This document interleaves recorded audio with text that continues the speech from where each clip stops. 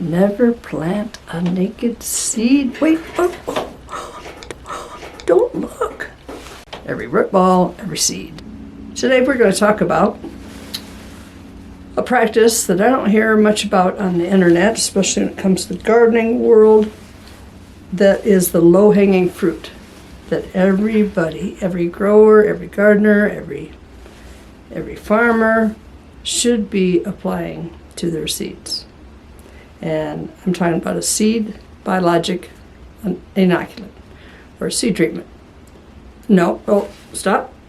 Not this kind of seed treatment, right? This is never ever, don't plant that seed treatment, right? That seed treatment is either banned in Europe or is a fungicide or is a systemic insecticide. No, never plant that.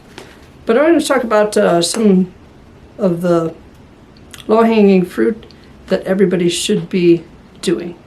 And that is putting biology on your seeds right at planting time.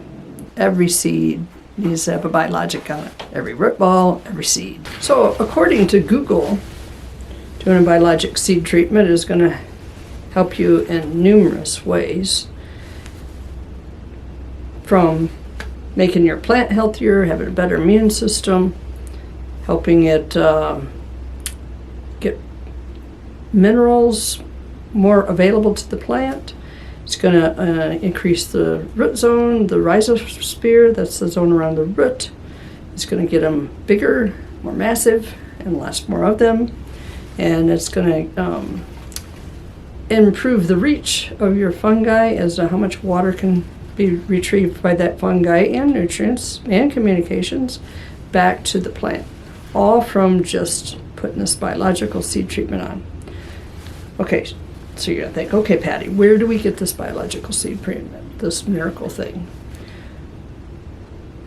You can produce it yourself with a really high quality compost. And I stress that high quality needs to happen because a low quality, and say it's just an old stagnant manure pile, that's not going to get it done. So you're going to want to have a really good compost. I like a well-balanced compost. That means it's got both fungi and bacteria in it. And I like it to have as much diversity as I can stuff in that pile. And whether you're making it in a Johnson Sioux bioreactor, which I've been doing, I think this will be my 4th or 5th year of doing bioreactors. Super easy if you're doing it in a bioreactor, or if you're doing it the Berkeley method or the Elaine Hingham method, which I've also been doing that for a decade or more. Either way, any way that you do it, as long as you get enough microbes in it. But see, we can't look at the microbes. Now you can grab a hold of your compost, rub it in your hands, drop the compost, and then your hands should look like that. Those are microbes glued to my hand, right?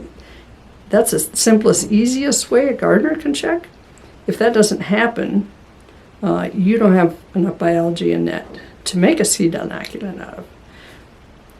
Because the microbes glue themselves to the compost, they glue themselves to the roots, and so the plant is, how the plant's going to work with these microbes is that it is going to put out root exudate, which is a excess materials that the plant made during photosynthesis. It's going to pump it out its root systems, out the root tips, into the rhizosphere that's around your root wall. And that is just purely amazing. When researchers first discovered it, they thought, why is these plants putting 10% of everything they produce back into the soil? They're wasting it. That was before we knew anything about this biologic communications going on and what's happening with biology. But that biology communication starts happening actually at day one, right on the seed itself. The very beginning. The seed is coated with microbes. And it's got microbes on the inside of it. It's got microbes all over the different parts of the seed. It's got microbes everywhere. So those microbes are already communicating with the seed. So as soon as this seed gets into a really good situation to germinate, those microbes are telling that seed, go for it, baby. We got your back. And guess what? That plant goes for it. Now, in my research, I found that the germination rate increases dramatically, and depends on the seeds, of course, of what plant you're planting. But some major strides can be had by just having that biologic and speeding up the germination rate. So I talked a little bit about the plant communicating with these microbes, starting from seed. But as soon as that plant starts communicating with the microbes, and the microbes are all down there doing their happy dances and communicating with each other and communicating with the plant. This knowledge is coming from Dr. Christine Jones. So if you think I'm crazy, check her out, and maybe you'll think, oh, that lady does know a little bit about what she's talking about. So these microbes are communicating with signals back and forth to each other, and then those signals are communicating to the plant. And the plant is seeing when there's massive amounts of diversity and quantity of microbes around that seed coat. The plant is like, I'm going for it. I must be in Hawaii. When in reality, they might be in a semi-arid desert of Montana when we got 6 inches of rainfall 2 years ago, and last year we got 12 inches, but none of it come at a time when we needed it. We had more than 90 days with zero rain. We had an 8-inch rain in June that about wiped our town out. It wiped out the railroad. Apparently, railroad beds are not built to be a dam because ours got washed out. So just crazy stuff going on with the weather. So with these microbes, and the plant's going to have more resiliency because of these microbes. And this communication thing is super, super cool and super important. That if the plant needs maybe zinc or boron, whatever it is, and the soil food web can mineralize it, they're going to deliver it to that plant, right? So that plant is going to have more plant available nutrients, minerals from the soil available to it, and processed nitrogen. Oh my gosh, that's a whole nother lecture, that these microbes are eating each other. And as they do, let's say it's a bacteria and a protozoan eats it, that protozoan maybe can only digest 5-to-1 carbon to nitrogen ratio. And the microbe was a 7-to-1. Well, there's 2 extra nitrogens there, and this protozoa can't digest it. So it's like, oh, I loved eating that bacteria, but now I've got a bellyache. I've got to get rid of this excess nitrogen or it's going to kill me. So they either puke it out or they poo it out, they get rid of it, but now it's nitrogen available, plant available to your plant, for your plant to use. So not only the protozoans are doing this, but the nematodes that eat bacteria are doing this too. It's just the coolest thing ever. And so they can take care of the plant. With a lot of the stuff that we talked about with the micronutrients, if the nutrients are available in the soil and in the environment, and the microbes are available, then they can do a lot of that we're talking about having to do to help this plant do photosynthesis better. But let's say this plant's off and running. It thinks it's in Hawaii, even though it's maybe in a desert somewheres. We've got lots of semi-arid places all around the world that's really struggling with drought, and maybe it's there. And it's like, the plant thinks it's in Hawaii, ideal conditions, perfect soils, and it is getting after it. It is doing photosynthesis like crazy, and it's got more than it needs. How do we know when it has more than when it needs? This kale plant can tell us. When it has more than it needs, it's going to make fat, just like humans make fat. And so when it does, it makes excess, and it's got it on its skin. I just wiped it off there for you. And we can tell, this plant has more than it needs, so it is probably pumping stuff out to the soil food web. simple way for you to tell. I'm trying to give you easy, simple hints. Now you're going to say, okay, Patti, what if I don't have a great compost thing going on for me? Or I don't know if my composts are good. Maybe you don't know if your compost is good other than the hand check. You can send it off to a lab. For a lot of my clients, for what consulting I do, I've sent them off to Earthfort, right? And Earthfort's going to count all those microbes and tell you exactly how many beneficial nematodes you have, how many predatory nematodes, all that stuff. Really cool, right? But it's expensive, and so the everyday gardener might not want to do that. But maybe the everyday gardener could afford, when they send in their soil tests, maybe it's to a Haney lab and get a Haney test and get a PLA, then it's going to come back and tell you how many microbes are actively working in the soil and how much nitrogen they can make plant available. That's really good, right? That's probably about all the gardener really needs to know. And if you got a microscope and you happen to take Elaine Ingham's courses on how to read what's in a microscope, that's simple, easy, right? If you're a market gardener, that's what I probably would suggest, because then you have it and you have now learned the skills and you can do it. And you don't need anybody else to tell you if that compost is great or if it's just okay. You can do it that way. If you don't have compost at all, what do I do?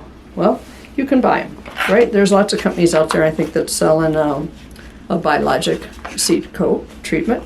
I only recommend the ones that I've used, so I'm not going to recommend one that I have not used. But I'm also not selling products, so I don't want to sound like a sales pitch. But I've used Advancing Agriculture's products, and I think it's their number one selling product of all products is their BioCoat Gold.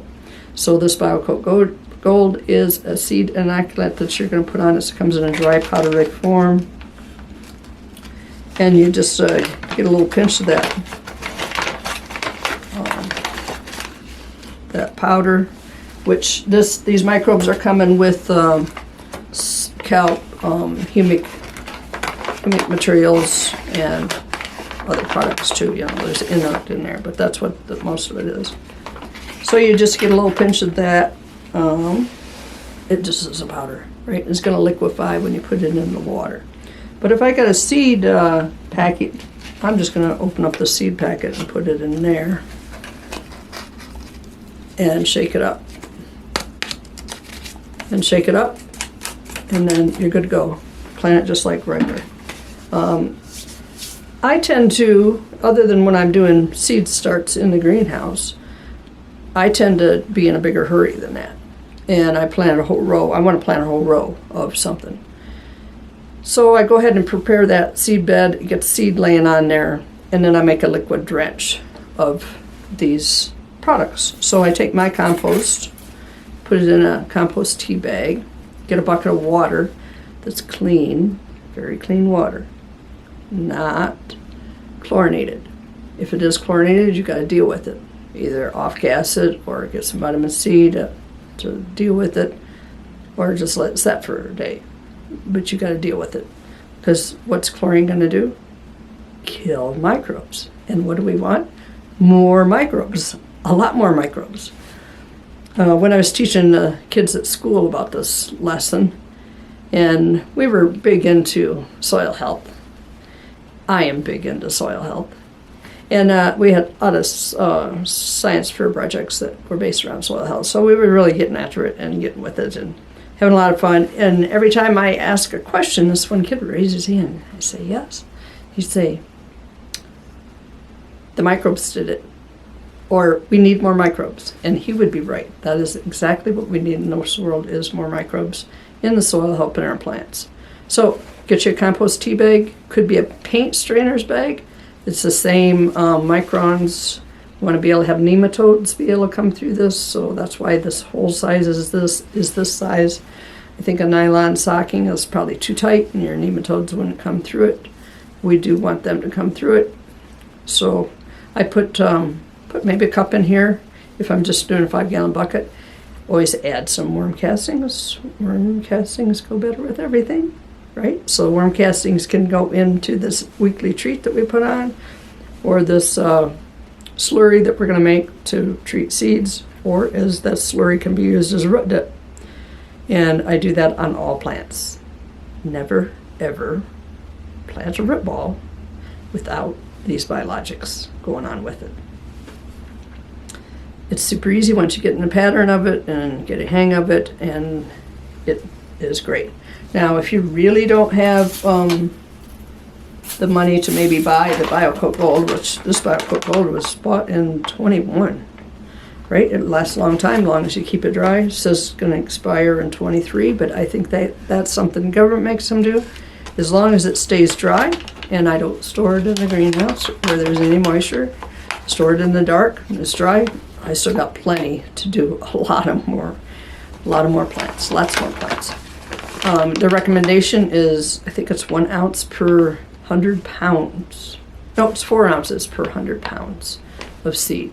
So it takes us gardeners a long time to get up to that 100 pounds. There also makes great sharing things. I do workshops, and so makes great door prizes and gets other people going on solving some of these problems with getting more nutrients into our plants.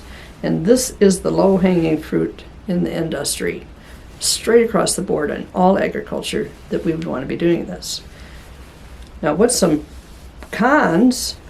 Well, a con would be if you are using a glyphosate or a Roundup type herbicide, because it is antibiotic. It kills microbes, right? So that's not going to work. So if you think, oh, I cleared my garden with Roundup, never do that, but I do know a lot of people that do that. Don't do that, because that's going to kill your microbes for the next year. Don't use a fungicide, don't use insecticide, don't use any side if you want more microbes. And we want more microbes.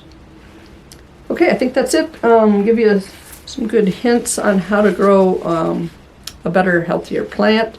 And I think I'm going to go eat a kale salad. Oh, hey, you're still here. Thanks for hanging out with me. You're the small percentile that watches the end of the video, and I'm going to give you something extra, just like I do in every video. So if you are, say, growing in this drought-stricken region of the world, which I think is bigger than the rest of the region of the world, then there's a product. This one comes from Advancing Agriculture too, but it is microbes that is for drought conditions. It helps the plant deal with stress, helps the plant get with more water, and so they're just certain microbes that can really, really help the plant in that situation. So this is the kind that I buy. It's called Spectrum DS, drought stress. I think that's what that DS stands for. And that's going to really help you. I put that in with all the microbe slurries that I make with every transplant, with every seed that goes down. I never, ever plant a naked seed. And I hope you don't either, because it is one of the things that are going to help you get to the next level of growing nutrient-dense food. So what do we look for when is it working? We can dig up a seedling or just out of the seed trays. It's super easy to do. I pulled one out and showed you here. There's one that was treated and one that's not. Out in the field, or a greenhouse, you can shake it out, and when you do, and it looks like Rhizosphere dreadlocks, that's really cool, because that is the microbes gluing themselves to the organic matter that they've glued to that root around the area that this plant is dripping out these root exudates to the soil food web. And they make that relationship almost instantly. Here's a little seedling that has a very first leaf. But it happens like bam, fast. Once your plant gets more mature and you go dig it up with a shovel, it should really look like it's got dreadlocks coming off those root systems that they're going everywhere, which is super cool. And so I think that's it. That should be good enough for this video. Of course, we could go into a whole nother lecture of umpteen different directions, but we're not going to today because I am going to go eat me a kale salad and help my detox. Grow healthy. We'll see you in a video soon. And if you're a subscriber, you are awesome. Thank you. Thank you. See ya.